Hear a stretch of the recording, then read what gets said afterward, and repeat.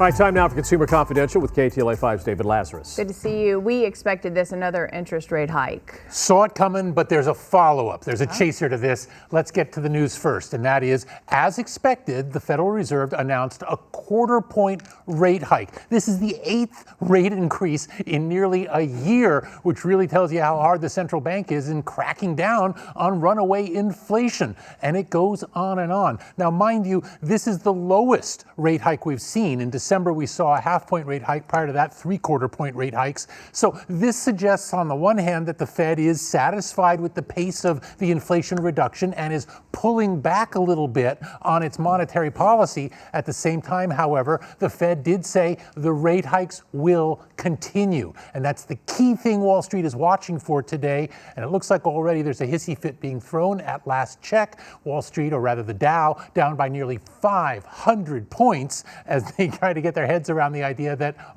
doesn't look like there's an end in sight yet. Now, Federal Reserve Chief Jerome Powell is speaking right now. So in the 1 o'clock hour, we'll get to what he said and how he's elaborating on all of this. But the takeaway at the moment, at least, is that, okay, we're moving in the right direction. The Fed seems to be pleased with the progress it's making, but it's not enough progress. And that means there's still some heavy lifting to come.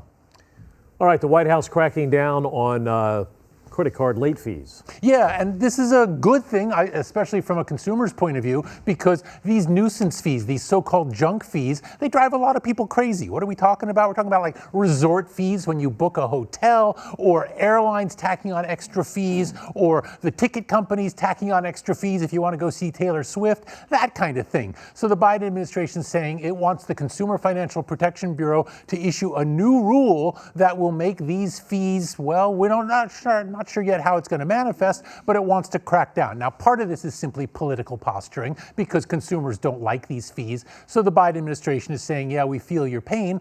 At the same time, it's a step in the right direction. And among the things the Biden administration is proposing is capping credit card late fees at $8. That too would be a good thing, and the CFPB has the power to address that. But you want to know what the right thing to do here? That would be making retail prices inclusive of all taxes and fees. In other words, the price you see listed on the shelf is the price you pay at the cash register. That's how the Europeans do it. It's much fairer to consumers. That's what Congress needs to act on. All right, and then we've seen Peloton do a little bit of a roller coaster over the last couple of years. They're back a little bit now. They're back a little bit, but not quite so much. The news today out of Peloton is, hey, things are great because we're losing less money than we did before. Not exactly a winning business strategy. Nevertheless, in announcing their quarterly results, Peloton says that over the last 3 months, they only lost $335 million, which is a big chunk of change. But if your cup is half full, compare that to the $439 million loss they had a year ago, and we'll call that improvement.